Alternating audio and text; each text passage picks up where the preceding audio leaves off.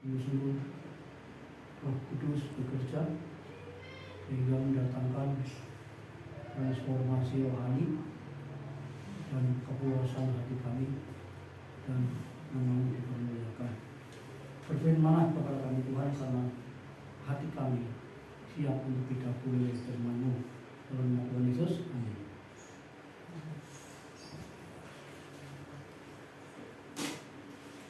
Selamat pagi Bapak Ibu yang dikasihi Tuhan. Pagi. Senang sekali bisa bertemu lagi. Ya, hari ini sebenarnya jadwalnya tamu, tapi tamunya tidak ada. Tamunya baru minggu depan, ya, tanggal 18 besok. Jadi saya sendiri yang menyampaikan firman Tuhan. Bapak yang dikasihi Tuhan Yesus Kristus, mari kita akan membuka dalam Alkitab kita. Dalam kitab Injil Lukas pasal 19.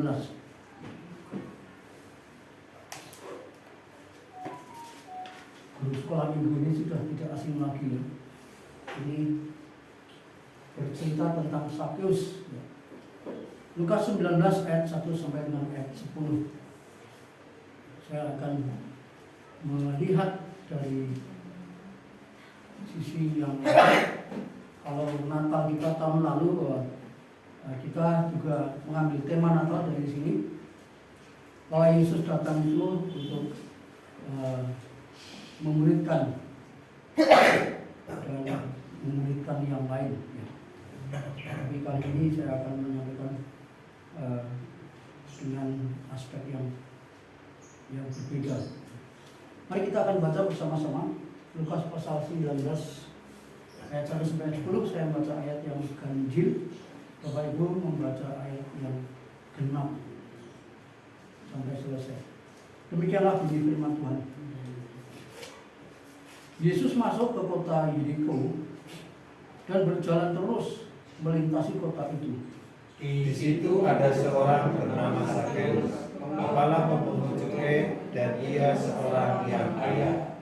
Ia berusaha untuk melihat orang apakah Yesus itu, tetapi ia tidak berhasil karena orang banyak, sebab badannya pendek. Maka berlarilah ia mendahului orang banyak, lalu memanjat pohon ara untuk melihat Yesus yang akan lewat di situ. Ketika Yesus sampai ke tempat itu, ia melihat ke atas dan berkata, "Sakeus, segeralah turun, sebab hari ini aku harus menumpang di rumahmu." Lalu Sakeus segera turun dan menerima Yesus dengan sukacita.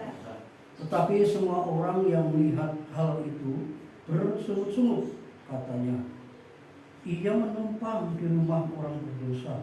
Tetapi Sakeus berdiri dan berkata kepada Tuhan, "Tuhan, setengah dari milikku akan kuberikan kepada orang miskin, dan sekiranya ada sesuatu yang memeras dari seseorang, akan kukembalikan 4 kali lipat."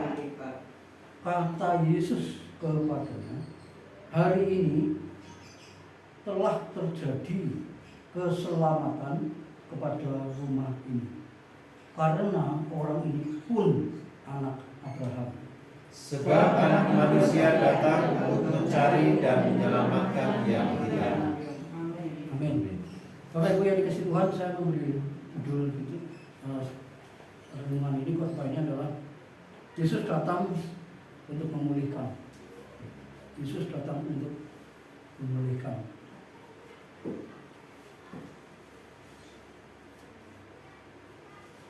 Baik Bu, tujuan daripada renungan pagi ini adalah supaya kita memahami maksud kedatangan Yesus Kristus ke dunia ini, ke dalam dunia ini. Dan juga ketika kita memahaminya, kita rindu untuk dipulihkan dan juga membawa kabar pemulihan kepada orang yang lain. Ada apa namanya, ada sepasang sejoli ya, cewek sama cowok, laki-laki dan perempuan sedang berpacaran dan statusnya sedang berpacaran. Lalu kemudian tiba-tiba si cewek ini mengalami kecelakaan. Lalu singkat ceritanya, cewek ini itu cacat ya, mengalami cacat, ibunya cacat. Lalu serta-merta cowoknya ini melihat pacarnya ya seperti itu. Lalu akhirnya cowok ini memutuskan ya. Jadi udah, kita putus sampai di sini saja gitu. Karena cowoknya itu sekarang menjadi cacat. Bapak Ibu yang kecil dan betapa sakitnya ya, cewek ini sudah kecelakaan, sudah cacat, lalu kemudian kejatuhan tangga ya. Istilahnya begitu, jadi dia begitu stres, begitu tertekan ya, hampir depresi ya. Tapi kemudian dia berdoa kepada Tuhan bahwa akhirnya Tuhan memulihkan dia, dan memang dia cacat, tetapi rupanya Tuhan kemudian memberi kepada cewek ini satu semacam talenta atau kemampuan khusus yang tidak dimiliki oleh orang lain.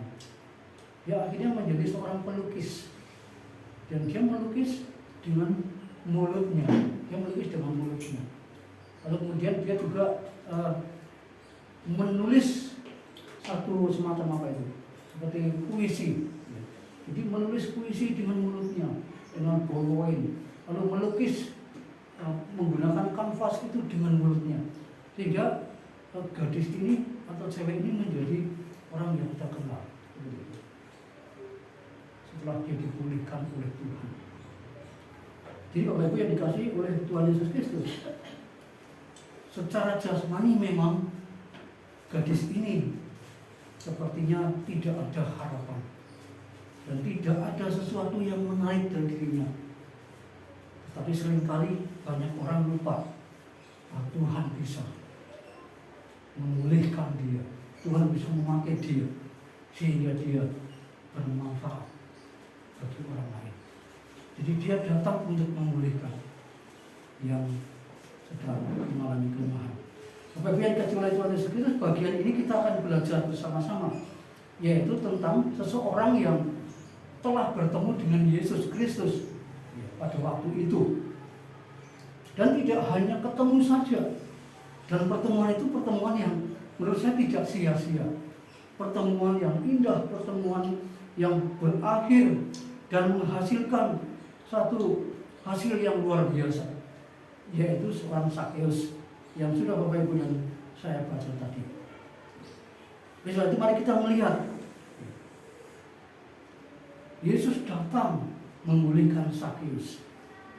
Ada 3 hal yang dipulihkan oleh Tuhan Yesus Kristus dalam diri Sakeus. Mari kita melihat satu persatu. Apa saja yang dipulihkan oleh Tuhan? Apa saja yang terjadi di dalam diri Sakeus setelah dia itu bertemu dengan Tuhan? Yang pertama adalah bahwa Sakeus itu dipulihkan dari dosa. Yang pertama-tama dia dipulihkan dari dosa.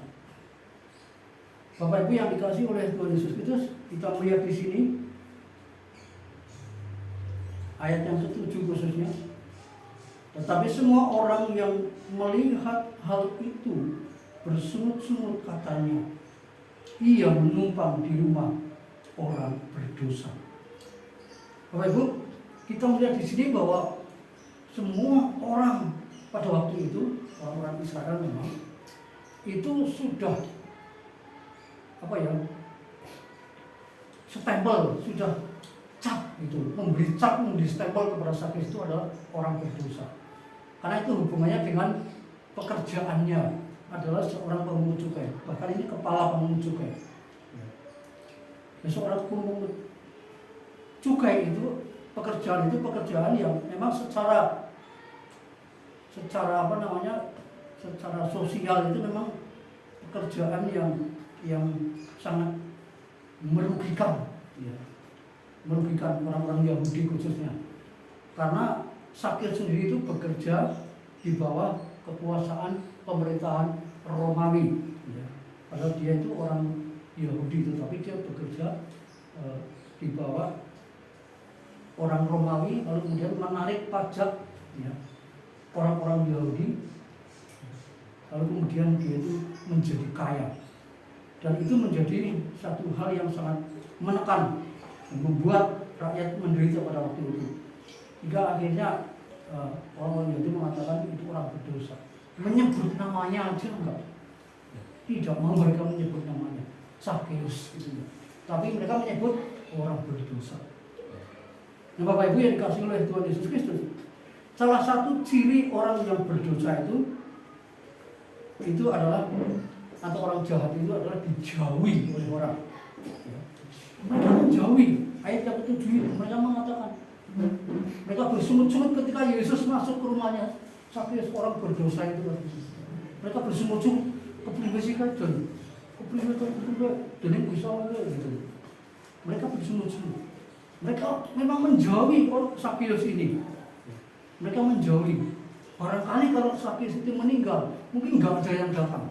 Mungkin dibiarkan begitu saja sampai kena belakang mungkin. Dijauhi.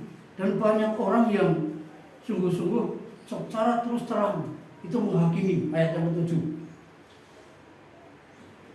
Semua orang bersungut-sungut dan berkata, mengapa Yesus datang ke sana? Bapak ini yang terjadi pada diri Sakyus, dijauhi luar biasa karena orang berdosa. Karena sebenarnya Sakyus sendiri, sekalipun dia tidak kerja di situ, dia juga orang berdosa sebenarnya. Nah, Bapak-Ibu yang dikasih oleh Tuhan Yesus Kristus, lalu kemudian seperti Sakyus itu oleh masyarakat itu dianggap sebagai sampah masyarakat, orang seperti itu dianggap sampah, dianggap orang berdosa. Walaupun itu sebuah jabatan, walaupun itu sebuah pekerjaan yang menggiurkan, karena membuat Sakyus itu menjadi kaya raya, secara pribadi, secara materi. Nah, dari segi jabatan, Sakyus itu dicap sebagai seorang pengkhianat, karena dia seorang pejabat, dia pejabat daripada pemungut cukai. Nah, jabatan itu adalah sebagai pengkhianat, karena bekerja menjadi pegawai di Kekaisaran Romawi, di mana mereka itu Romawi itu adalah penjajah, berarti itu sedang menjajah. Nah, Bapak Ibu yang dikasihi oleh Tuhan Yesus Kristus, dari sisi pekerjaan, bahwa Sakyus itu dicap sebagai pemeras, ya. Dicap sebagai pemeras, diklaim sebagai pemeras, karena tugasnya itu memungut cukai, memungut pajak. Nah, biasanya kalau pemungut pajak itu curang, ya, lalu tidak jujur, begitu, mengambil untung lebih dari yang sudah ditentukan. Itu seorang pemeras, sudah ditentukan batasnya segini, tapi dia itu menarik dan memungut lebih dari apa yang ditentukan. Bapak Ibu yang dikasihi Tuhan, karena keadaan seperti ini, maka Sakyus tidak punya teman. Sakyus tidak punya teman. Sakyus hanya seorang diri, ya, dijauhi dan dikatakan sebagai seorang penjahat.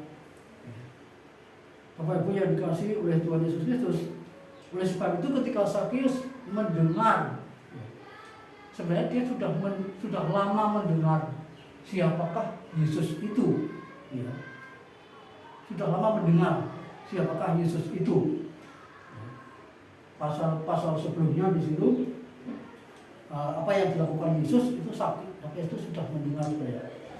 Tapi kemudian ketika dia juga mendengar Yesus itu masuk ke kota Yeriko, kemudian dia bersiap-siap, rindu sekali untuk bisa bertemu dengan dia dan melihat Yesus, dan kemudian dia boleh dipulihkan dari dosa.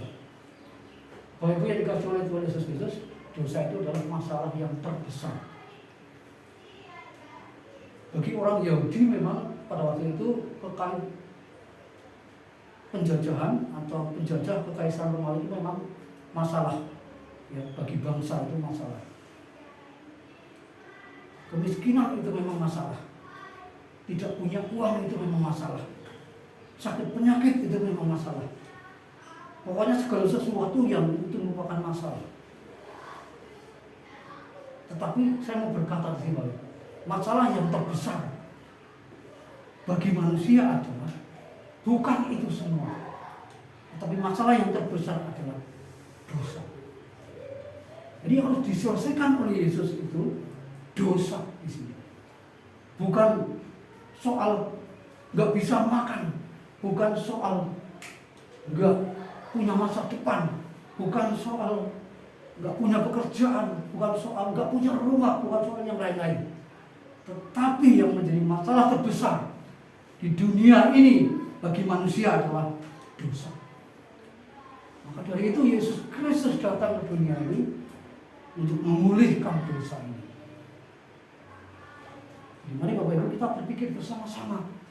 Kita berjuang keras di dunia ini, nyari uang, bikin rumah, bikin harta kekayaan yang banyak. Karena kita berdosa, belum dipulihkan dosa kita dari Tuhan, sia-sia. Jadi mari kita pikirkan, apakah betul-betul dosa kita sudah diselesaikan oleh Tuhan Yesus Kristus atau belum? Itu yang pertama.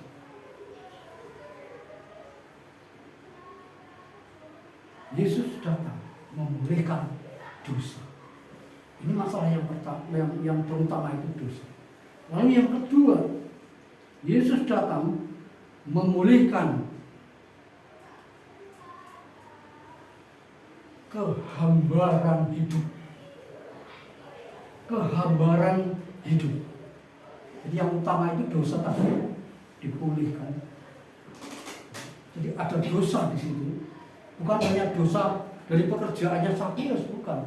Seperti pandangan orang-orang Yahudi karena dia memeras, tetapi dosa yang tidak percaya kepada Yesus. Dosa yang dari Adam itu dipulihkan oleh Yesus. Lalu yang kedua adalah dipulihkan dari kehambaran hidup.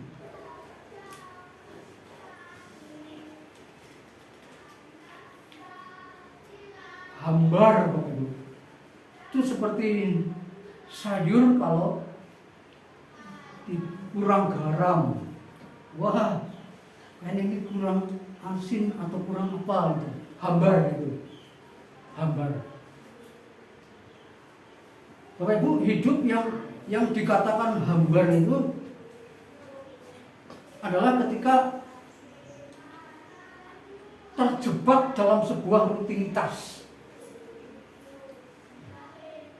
Hidup dalam rutin terus, bangun pagi, makan pagi, lalu makan siang, lalu makan sore, lalu tidur, lalu besok bangun lagi, lalu seperti itu, rutinitas. Sepertinya hambar itu, nggak ada sesuatu yang dirasakan.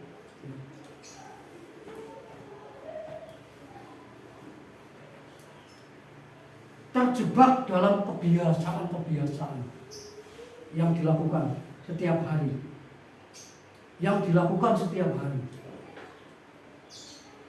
Dan lama-lama tidak bergairah, lama-lama tidak semangat lagi.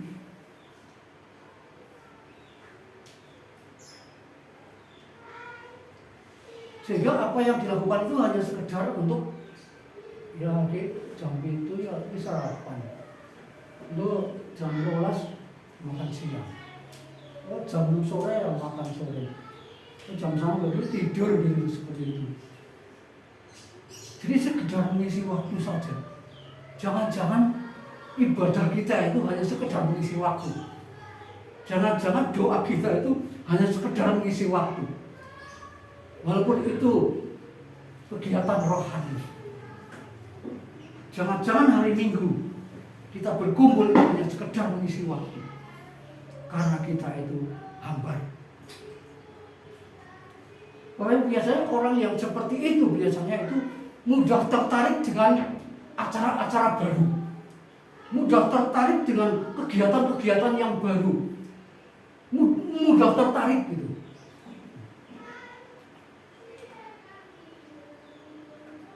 Hal-hal yang mudah-mudah seperti pinjam online, seperti yang lain yang itu mudah-mudah, yang instan biasanya itu. Yang dicari itu yang jalan pintas, nggak mau melakukan proses itu, nggak mau, nggak sabar lagi, pokoknya maunya instan. Itu orang yang sedang berada dalam kehidupan yang hambar. Hidupnya itu hambar. Gak ada semangat. Apa itu? Ada istilah hidup segan tapi mati tak mau. Nah ini orang repot banget ini. Urip itu bebah, males, ning mati gue orang gelem lagi, kan orang bingung gitu. Ini orang yang hamba. Bapak Ibu yang dikasihi oleh Tuhan Yesus Kristus, apakah betul Sakeus itu orang yang hidupnya hamba? Padahal dikatakan dalam ayat yang di awal itu, bernama Sakeus, kepala pemungut cukai, dan ia seorang yang kaya raya, Bapak Ibu. Oh, belum tentu, Bapak Ibu. Orang yang kaya raya materi itu belum tentu hidupnya tidak hambar. Bapak Ibu lihat yang pertama yang dipulihkan oleh Yesus itu adalah dosa. Ketika dosa Sakeus itu sudah dipulihkan, maka hidup Sakeus itu dibebaskan, dipulihkan dari kehambaran hidup. Itu kuncinya. Jadi Bapak Ibu hidup kaya raya seperti apa? Kalau dosanya itu belum dibereskan oleh Tuhan, saya jamin pasti hidupnya hambar.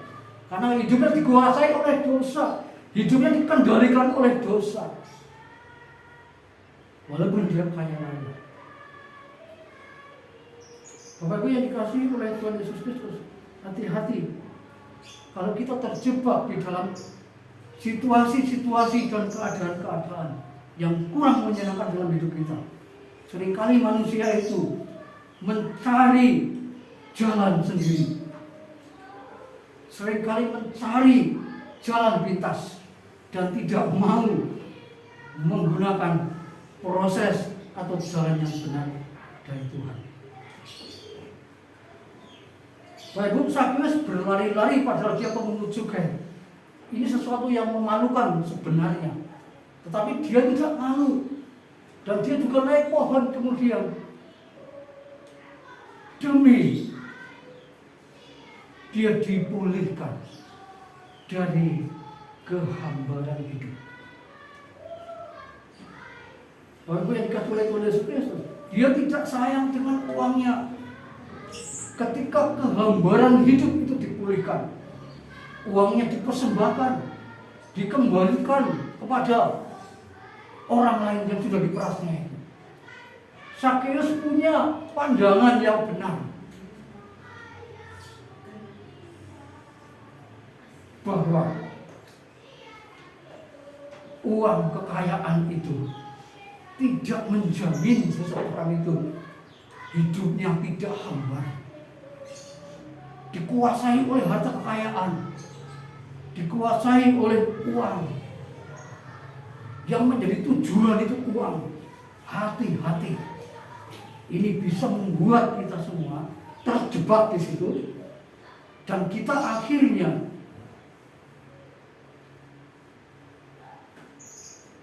hambar hidupnya. Tidak mikir duit, Pak. Orang tahu mikir Tuhan. Orang peduli doa, orang peduli merenungkan firman Tuhan, orang peduli baca Alkitab, peduli paling duit, Pak. Hambar, Bapak Ibu. Betul. Secara rohani hambar. Tidak maju, tidak bertumbuh. Dari mana Bapak Ibu? Kita belajar dari Sakyus supaya dipulihkan dari kehambaran, dipulihkan dari kebosanan. Sebenarnya hati kita itu bosan kalau kita terjebak di dalam rutinitas yang seperti itu. Hati kita hambar sebenarnya. Cuma seringkali manusia itu menindas hati, menindas suara hati yang ini, yang bosan. Karena hati kita itu sudah didiami oleh Roh Kudus. Kalau sesuatu yang sungguh-sungguh itu di luar Kristus, sebenarnya hati nurani kita itu berontak. Tapi kita menindas dan kita tetap memenuhi apa yang menjadi kesenangan kita. Bapak Ibu, semuanya itu kesenangan yang palsu. Semuanya itu adalah kebahagiaan yang palsu. Sakyus berkata, kekayaan itu kebahagiaan yang palsu. Kekayaan itu kesenangan yang palsu.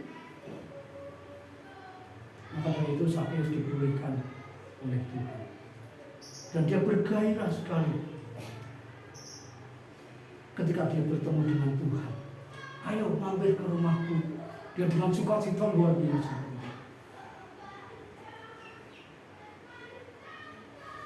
Yang pertama, Sakyus dipulihkan dari dosa. Yang kedua, Sakyus dipulihkan dari kehambaran hidup. Yang ketiga, Sakyus dipulihkan dari tujuan hidup yang sia-sia. Para Ibu yang kasih oleh Tuhan Yesus itu, saya kira di antara kita di sini semuanya mempunyai tujuan hidup. Aku mau hidup yang enak, aku mau jadi orang pandai, aku mau jadi orang yang sukses, aku mau jadi orang pokoknya yang indah-indah, pokoknya yang baik-baik. Semuanya seperti itu pasti. Tidak ada yang tidak ingin hidup seperti itu. Pasti ingin mempunyai tujuan hidup yang terbaik. Bapak Ibu, itu tidak salah dan itu benar. Karena itu merupakan semacam tujuan hidup kita. Dan itu akan memacu kita, akan menolong kita untuk kita disemangati. Semangat kita dipacu, spirit kita dipacu, kemampuan kita dipacu untuk berjuang menghadapi perjuangan itu. Hanya saja pertanyaannya, kalau kita sudah kaya seperti Sakyus itu, sesudah kaya mau apa? Sesudah kaya itu mau ngapain? Apa yang akan dicapai sesudah itu kaya? Sesudah mengumpulkan banyak harta. Jadi Sakyus tidak punya tujuan hidup yang pasti. Walaupun dia kaya raya. Alkitab mengatakan harta kekayaan itu jangan diandalkan. Sebab harta kekayaan itu bukan tujuan yang pasti, bukan sebuah kebahagiaan yang sejati, tetapi itu kebahagiaan yang semu, kebahagiaan yang palsu.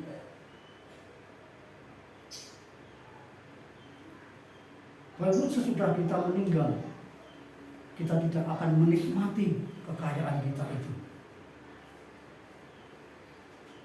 Demikian juga Sakyus ketika dia sepertinya menimbun harta dengan harta yang diperoleh dari pekerjaan itu, sehingga mengakibatkan banyak sekali akibat-akibatnya dijauhi oleh orang. Yang dikatakan oleh orang-orang berdosa, tidak ada komunikasi, tidak ada hubungan sama sekali.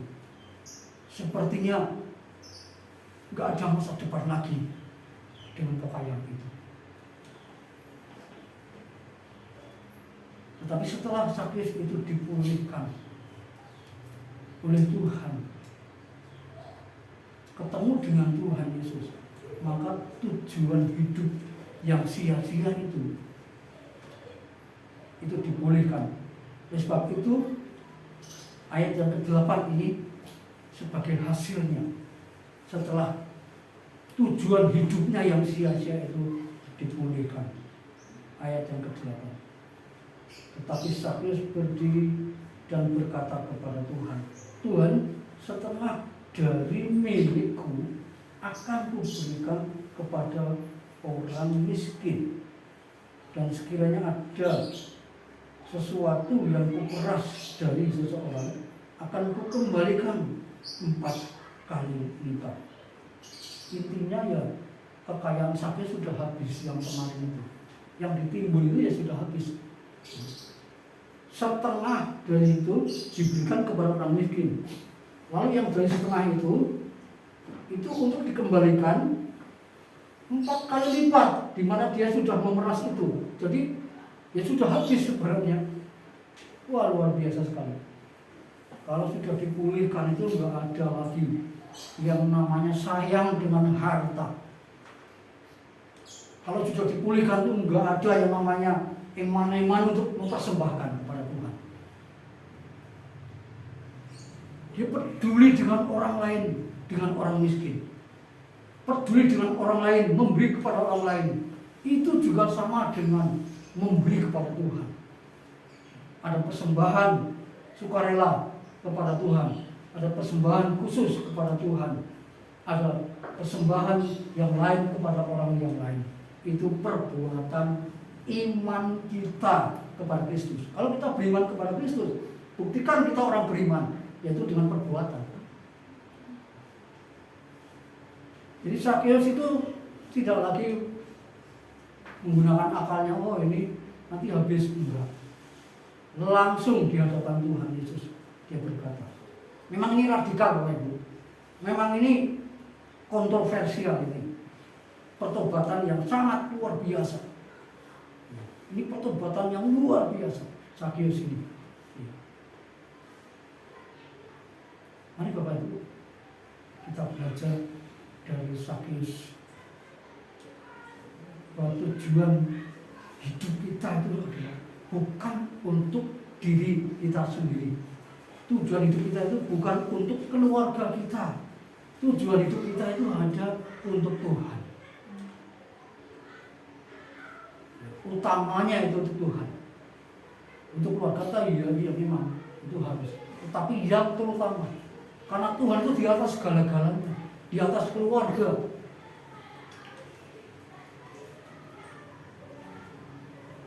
Jadi kedatangan Yesus Kristus itu memiliki maksud yang sangat khusus untuk Sakeus, tapi juga untuk di kota Yeriko. Yaitu memulihkan Sakeus dari dosa. Sakeus tidak dikuasai oleh dosa lagi. Dan Sakeus saya kira berhenti dari pekerjaannya. Dan saya kira Sakeus juga akan melayani Tuhan. Dan dia bisa diterima lagi oleh, karena secara pribadi dia sudah percaya Yesus. Walaupun orang Yahudi yang tadi mengatakan kepada Sakeus itu orang berdosa, orang Yahudi itu belum dipulihkan dosanya, karena orang Yahudi kebanyakan menolak Yesus. Tapi Sakeus itu dipulihkan dari dosanya secara pribadi, tapi juga dipulihkan komunikasinya, hubungannya, komunikasinya dengan orang-orang Yahudi. Jadi double porsi. Dan dia dipulihkan juga dari kehambaran hidup. Sekarang hidupnya itu tidak hambar lagi, karena dia menerima Yesus dengan sukacita. Artinya hidup dia itu sekarang itu bersukacita senantiasa. Itu orang yang sudah dipulihkan dari kehambaran hidup. Yang ketiga, Yesus memulihkan tujuan hidup Sakeus yang sia-sia. Jadi mari Bapak Ibu, meskipun ini pertobatan yang radikal, tetapi kita perlu belajar dari dia. Perlu belajar dari dia juga. Jangan sampai kita itu tidak mengalami berkat Natal. Mari kita gunakan Natal ini sebagai momentum kita, untuk kita diubah, untuk kita dipulihkan oleh Tuhan sedemikian rupa. Karena Yesus Kristus datang, itu sebenarnya merupakan perwujudan Allah secara manusia. Allah kalau mengambil wujud manusia itu bisa, tapi kalau manusia itu mau menjadi Allah itu yang mustahil. Jadi Yesus datang ke dunia ini sebagai wujud Allah yang sesungguhnya, yaitu untuk memulihkan dosa, untuk memulihkan kehambaran hidup, dan memulihkan tujuan hidup yang sia-sia. Amin. Mari kita tunduk kepala.